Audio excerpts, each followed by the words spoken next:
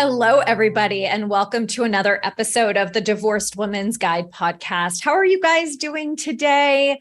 Have you guys joined my Facebook group yet? If not, you're going to want to get in there for lots of incredible content, inspiration, and most importantly, community. So go into Facebook and search the Divorce Rehab and request to join today. So thank you guys for tuning into today's episode because I am here with Nicole Kalil. Hello, Nicole. How are you? Hi, Wendy. I'm great. Thanks for having me. Of course. I'm so excited to have you here today because you guys, we are talking about the C word that so many of us struggle with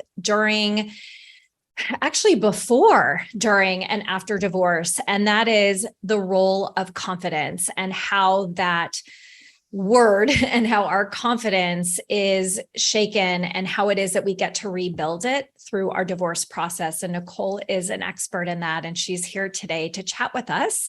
So before we dive in, let me share a little bit more with you guys about Nicole. So Nicole's passion for eliminating gender expectations and redefining women's work is both what keeps her up at night and what gets her up in the morning. Well, plus an abundant amount of coffee, which cheers to you. I could not agree more.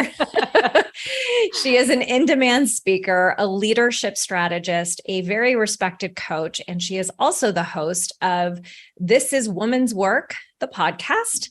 Her stalker-like obsession with confidence sets her apart from the constant stream of experts telling us to, quote unquote, be confident. She actually tells you how to build it and gives actionable tools, not just stories, to become confident. She has coached hundreds of women in business, which has given her insight as to what structurally, systematically, and socially is and isn't serving women and leaders within an organization.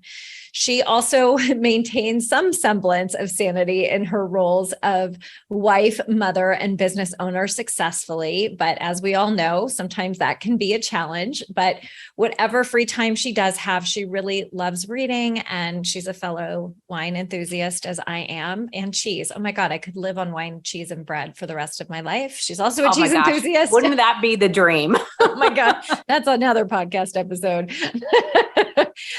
She's also a hotel snob, which I have to admit I am as well, and a reluctant Peloton rider. So Nicole, thank you so much for being here.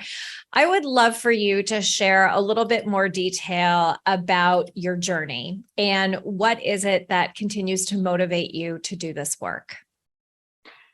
Yeah. So I think what initially motivated me to do this work was pain. And I know that's kind of a surprising answer, but I reached a point in my life where everything looked good from the outside looking in, but everything felt like a complete mess, a fraud, and just really had no idea what I wanted. I was living and working for everyone else but myself. And so, there was this moment where I got this huge promotion at a Fortune 100 financial services company. I was the first woman in 160 years to be in this role. I looked the part of the successful, independent woman on the rise with my who needs a man attitude, right? And it just looked the part, but on the inside, it was not at all that. I realized I not only didn't know what confidence was, but I knew I didn't have any of it. And so it became a personal journey to learn, discover, uncover everything I could about what confidence is, what it isn't, how you actually build it. And then, as many of us do, when we figure out something that works for us, I wanted to share it and bring the message specifically to women, because I think most of us through the bulk of our life have gotten mixed and false messages about confidence. And it's really hard to be something when you're confused about what it is. So right. And that's what brings me here today. Yeah. And I also think so many of us seek it externally instead of, we'll get into that, but so many of us seek it externally, especially those of us who are going through divorce. I mean, we tend to be people pleasers and we seek that external validation. So I'm really excited to talk with you more about this and your knowledge. So you have a phrase that's called the confidence con. So can you share with us a little bit more about what that is? Yeah. Well, Wendy, you actually hit the nail on the head already. The confidence con is this notion that we've all sort of bought into, that confidence is going to come to us from some external source.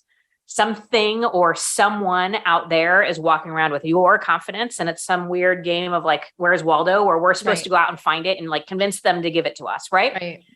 And I call this the confidence con, right? But I call it a false equation. And what it looks like, this false equation so many of us have bought into, that's the basis of the confidence con, is if X happens, then I'll feel confident. And you can fill in X with anything, really. You could say, if I meet and marry the man of my dreams, or if, I can convince this person to be fully committed to me, or if I get the job or the promotion or a certain number on the scale, or fit into a certain size, or have the perfectly, well-kept house, or the perfectly behaved children, or you can fill in the blank. This thing that we're all sort of operating out of is, if X happens, then I'll feel confident. And the problem is that equation will never work. You can get X, whatever X is. Let's say it's compliments or validation or a certain amount of followers on social media or whatever the case might be. What happens when you get X is you feel temporarily satisfied, happy, confident, but then the feeling goes away and you need more of X to again get that feeling back. And ultimately what happens is we become addicted to X. And that is obviously not confidence if you think about it logically. So the way we build confidence is internal. Our confidence is always and only will ever be something that lives inside of us. And so I often say the question isn't whether or not you're confident, it's whether or not you're connected to your confidence, because I believe it's there living inside of all of us. Some of us are more connected than others, and at certain times in our lives than others, but it's always there, and it's always an opportunity to connect to it. Yeah. And I think that even as women, we tend to rely on our confidence coming from the outside more so, which is why it tends to be lower than men. So can you talk a little bit about that fact, and also how it is that we allow that to play out across all areas of our life? Yeah. So this is a systemic thing. Research shows that small girls and small boys have about the same level of confidence until somewhere between age 7 and 9. And then we start seeing a little bit of a disparity, and then it just gets bigger and bigger and bigger. So most women are, entering their teenage years, entering the workforce, entering relationships with less confidence than their male counterparts. Now, this actually comes back together in our 50s. Around, in our 50s, we see women and men having about the same level of confidence. And then in our 60s, there begins to be a little bit of disparity again, where women have more confidence. So it's really an interesting dynamic. Mm-hmm. And this may not resonate with every person or every woman or everyone listening today, but generally speaking, we are, as women, entering into these really formative years, these really big transition years, these really big decision years with less confidence than our male counterparts. Why that is very complex. If you think about what we, generally speaking, want little girls to do and to be, we want them to be well-behaved. We want them to be careful. We want them to be cute and sweet and all of these things. Whereas, boys typically get different set of expectations. There's a lot of research to back this up. It's not just parents, it's teachers, it's family members, it's other kids, Coaches, we're all getting these, right? Yeah, exactly. And then it just builds from there, whether it's exes, bosses, bullies, well-intentioned family and friends. A lot of people are contributing to these beliefs of what we should and shouldn't be as women based on the packages that we come in. And ultimately, one of many of the things that's problematic is it doesn't allow us to have full access to our authenticity and to the full range of all of our emotions. And women, more so than men, are being taught in so many ways that our value is in how other people see or perceive us and we tend to have people pleasing tendencies. We tend to not want to say no more. There's all these things, again, really complex and interconnected. But ultimately, all of these things are serving to chip away at, damage, and destroy our confidence. Because confidence, first and foremost, is when you trust yourself. That's what confidence is. And so when we do something that isn't 100% authentic, we're breaking a little bit of trust in ourselves. If we don't feel an authentic feeling, we're breaking a little bit of trust in ourselves. If we do something we don't want to do to please another, we're breaking a little bit of trust in ourselves. And so it just gets layered on. It's sort of this death by a thousand paper cuts approach. And some of us have really big examples of something that damaged or destroyed our confidence. But for a lot of us, it's just these little things being added on top of each other. It's no wonder we are where we are as it relates to trusting ourselves. Yeah. And so what would you say, like, what is maybe there's more than one, but like, what is contributing the most damage to our ability to create and build our own confidence? Yeah, I think, again, it's back to these mixed messages that we think confidence is something outside of us. A really common one is the way we look, right? We are getting messages from advertising. Again, no mistake. Everybody knows that people want to feel confident. So when they're trying to sell something, they'll say, these pair of shoes or this purse or this face product, it's going to make you more confident. And so we sort of buy into that. And then we might use these products or buy these things. And again, we'll temporarily feel attractive, or we'll feel successful, or we'll feel desirable, or we'll feel proud, or whatever the case is, happy. And it sort of reinforces this false message that it made us feel confident. And then and again, there may not be anything wrong with feeling attractive, successful, happy, or whatever, but let's call it what it is. We talked about this at the beginning of our time. If I lose weight, that may make me feel more attractive. That may make me feel healthier. That may make me feel happier. There's nothing wrong with any of those things, but it's not necessarily going to make me feel confident. It depends a little bit in the way in which I do it, right? If I do it by following through on the commitments I made to myself, if I do it by prioritizing my health, if I do it by creating boundaries and things like that, then it might build your confidence. But, we know people who, might get it sucked out of them, and again, nothing wrong with it, or might do it by extreme weight loss measures, and that's not going to build their confidence at all. No. So what I don't know. Go ahead. I was just going to say, a long-winded way of saying, I think, it's, we've been fed a line of crap, but what's problematic is a lot of us have bought into the crap because it's so, in our face all the time. And so the thing I want to do is separate all of that from confidence and really redefine what confidence is, and then focus on how to build it. Yeah. And it's like, what I'm envisioning and what I know, I was experiencing is that you hear all these voices, not within you and externally, right? That just it floods you. And it gets so hard to distinguish between, like, what is the truth? What is me? And the way, kind of how I talk about this too, is that, like, how do you figure out, like, what is real, right? What should you be listening to? I'm interested to hear your perspective on that, because to me, it's really about figuring out, like, what the facts are, instead of the story. So can you talk a little bit about that? Okay. Yeah. So two things. Number one, we all have a lot of voices in our minds, and I think it's important that we distinguish between them. So one voice, I always think of like a running to-do list, right? Like, I need to go to USPS, I need to go to the grocery store, and I need to get, blah, blah, blah. So we have that voice. It's more logistical and tactical in nature. We have another voice that I call head trash. This is the voice that says things to ourselves about ourselves that are never kind and very rarely true. Like, you're not good enough, or, why are you so this, or why are you not enough that, or all the crap that we say to ourselves that we would never say to another person that we love. So that's head trash. Then we have, and there's other voices, but then we also have this inner knowing.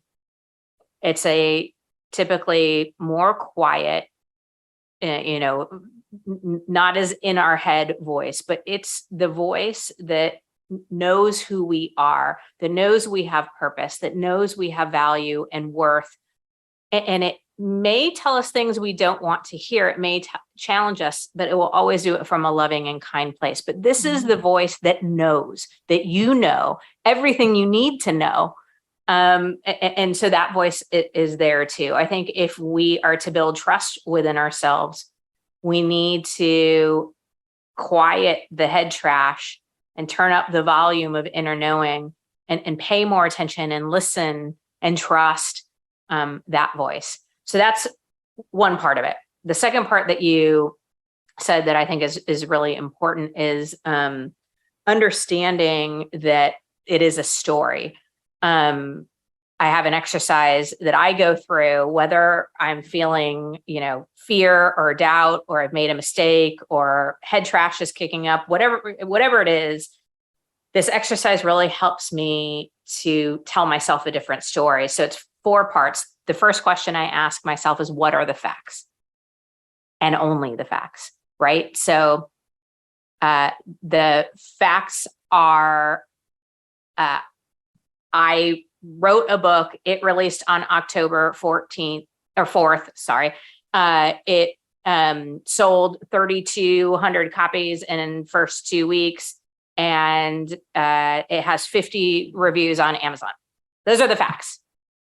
Now, this is harder than a lot of people because we interact with the stuff we make up as if it's fact. So you have to really be careful. Just the facts, only the facts, right? Yes. The second thing you say is, what am I making up about the facts? I'm making up that it was a really hard and painful process. Nothing went according to plan. I wasn't even sure that the book was going to release on the 4th. I thought I might have more reviews. I thought I'd have, blah, blah, blah, right? What am I making up about the facts? Right. Then the third question you ask yourself, is there a different, more productive, more empowered way to see it? So it reminds me that the way that I'm seeing it is, a choice that I'm making, unconscious for sure, but it's a choice that I'm making. So then I can therefore choose to make up a different set of facts or a different set of beliefs. So I sold 3,200 copies in the first 2 weeks. The average book sells 250 in a year. That's a huge success. I was an Amazon bestseller. Even in the face of all these really challenging things went great, and I'm super proud of it. And people flew across the country to celebrate with me. And, which of those is more factual? Neither. I'm making up both, right? But one set of interpretations supports me, empowers me, is more productive than the other.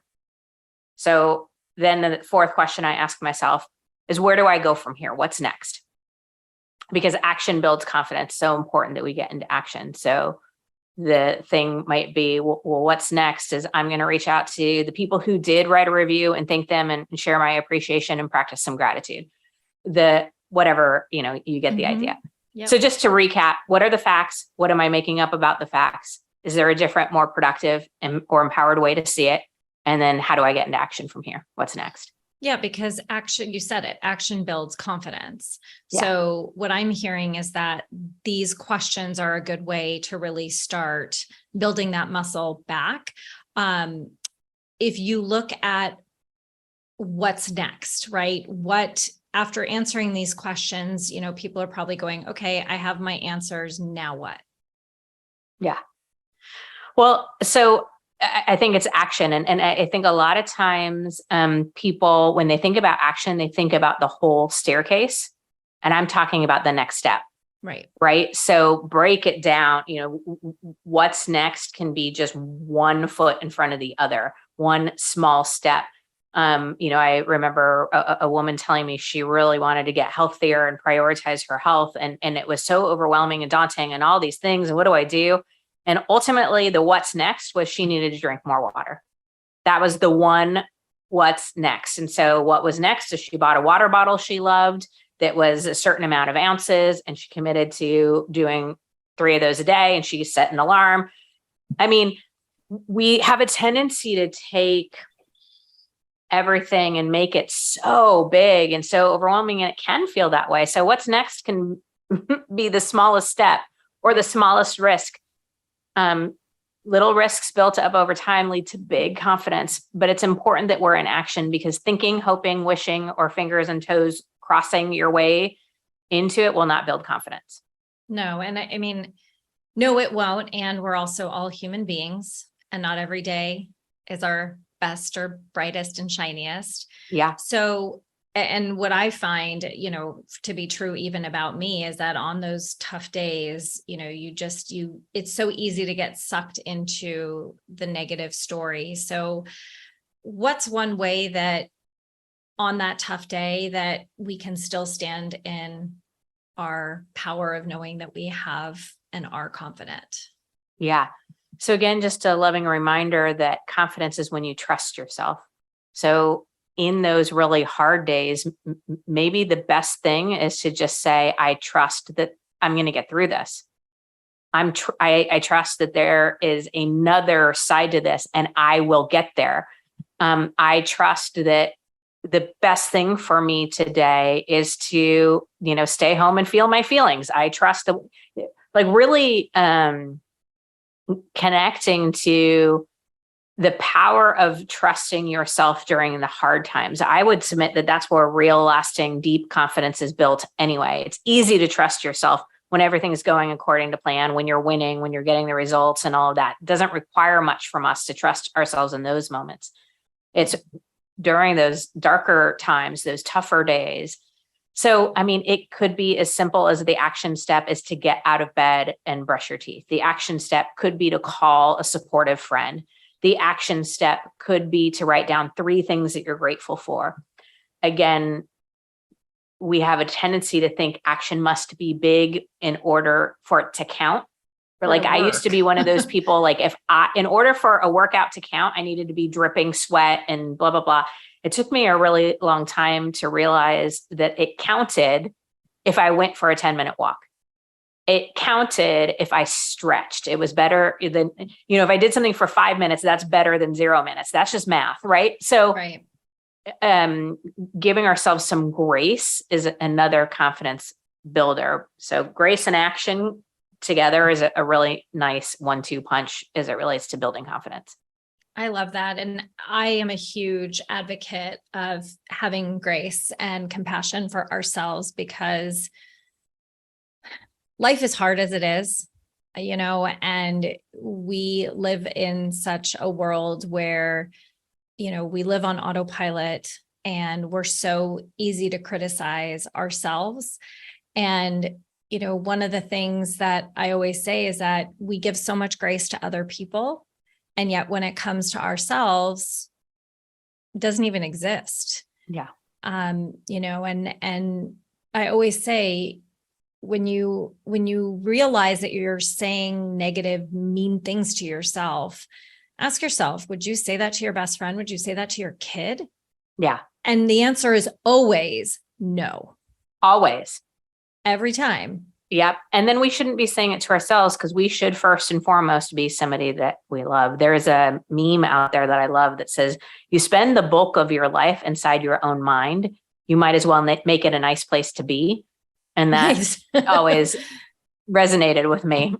Yeah, it's true. And, and I love that you talk about grace as a confidence builder, because it's, I think the hardest. I think it's one of the hardest ones that we have when we're living on autopilot. I find that when we become more conscious to our thoughts and realize the power of them, it does become a little bit easier. And it's not just about berating yourself for thinking it. It's acknowledging, oh, wait, here I go again. And then realizing that you have the power to shift in any given moment. You have the power to shift back into creating confidence for yourself. So what's one other confidence builder that you can share with our audience today before we have our conversation? I'll give you the 5 because we've already talked about most of them. So action builds confidence, no ifs, ands, or buts about it. Failure, and I use that as kind of a loose term, but it has a big charge. I could mean fear, doubt, making mistakes, pain, loss, any of those things. I know they're not enjoyable when we're going through them, but they absolutely serve to build really big, lasting confidence if you choose it, if you let it. Giving yourself grace on the journey is the third confidence builder. The fourth one is choosing confidence. And I know that sounds a little oversimplified, but so many of us have it in our minds that confidence is a feeling that we either have or we don't, or it arrives or it doesn't, or we're born with it or we weren't. And I want to be very clear that confidence is a choice we get to make anytime we want. And the feeling catches up eventually. So it's not fake it till you make it. It's choose it until you become it, right? You just choose to trust yourself over and over and over again until the feeling catches up.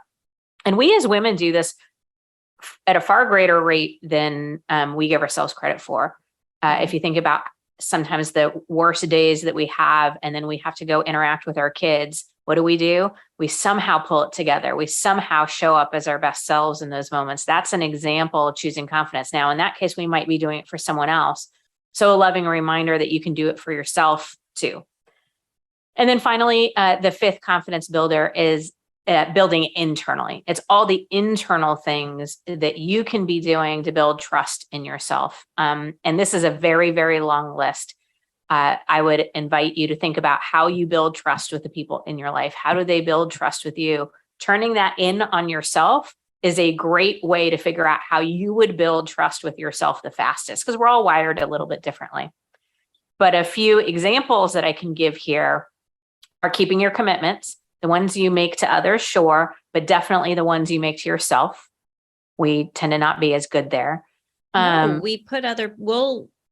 we'll cross a commitment off for ourselves just to please somebody else. So, yeah. And I mean, I used to do that all the time. Not anymore. And we're damaging our own confidence anytime we do it. Because we're basically saying to ourselves, our commitments to ourselves don't matter. We don't trust people who don't keep their commitments. And so it's this sort of vicious cycle. Yep. Also, we have a tendency to overcommit, which is problematic. Do we? Communicating boundaries, standing up for yourself, speaking your truth, being your own hype person. There are lots of things that, speaking kindly to yourself. We don't trust people who gossip about us behind our back. Why would we trust ourselves when we say awful things about ourselves? So, just being careful that there are so many things that we can do that will either build or damage our internal trust. And once we become mindful about it, we can begin to make and practice different and better decisions as it relates to building that trust within ourselves. Yeah. Oh my God, Nicole, so many good nuggets. What's one last piece of information that you want to share? Perhaps it's around like, what do you wish you knew before what you know now? Like, what would you tell your younger self? What's the biggest piece of advice? Yeah, I think the biggest piece of advice would be to tell myself that the only thing that was missing was the benefit of hindsight. So, when I know that failure and fear and doubt and all those things build confidence, but I haven't figured out how to make it suck any less when I'm in it, right? It's still awful. It's still a horrible experience. But what I know now with the benefit of hindsight is all of those things served a purpose, and all of those things made me better over time. All of those things that I thought were failures and mistakes and all of that. Now with the benefit of hindsight, I can look at them and see them as lessons, as gifts, as opportunities, as redirects. And so I wish I could go back and tell myself that. And that would be the message that I would share to anybody who's listening is if you're in a tough patch or during a tough time, I would invite you to lovingly remind yourself that the only thing that's missing from you right now is the benefit of hindsight. You don't yet know how, when, where this is going to work out, but you get to trust that it will. Yeah, I love that. Nicole, thank you so much for being here today and sharing your wisdom. I want to make sure that everybody also knows where they can find you, and you have a very generous gift for our audience today, which will be in the show comments. Yeah. So my website, NicoleKalil.com, is probably the best place to find everything. If you go to the book section, if you order a copy of the book, Validation is for Parking, you can drop your information there and we'll send you a 40+ page workbook companion. So it basically takes all the exercises and information from the book and gives you a place where you can reflect, get into action, test and implement things, and we'll give you that for free. Amazing. Nicole, thank you so much for being here. I adore you and just really appreciate the work that you're doing. The feeling is mutual, Wendy. Thank you so much for having me. Of course. And thank you for saying that. You guys, what an amazing episode today. I think Nicole and I could have talked for another hour. I have so many questions around this. And, as you guys know, my biggest agenda for each one of these podcast episodes is to make sure that you guys are getting at least one nugget of information. In today's episode, I think, got probably 10+ nuggets of information. I know I wrote some stuff down that just really resonated with me. And as you know, I love to hear your feedback on my podcast episodes. So don't be a stranger. Email me at wendy@wendysterling.net. You can DM me on any of my social media platforms, specifically Facebook, Instagram, or TikTok. And don't forget to hit subscribe because you don't want to miss a single episode that comes out. And I have an episode that comes out every single week. So thank you guys so much for being with us today. I wish you a beautiful rest of your day, sending you all so much love, light, and joy as always. Mwah. Bye, everybody.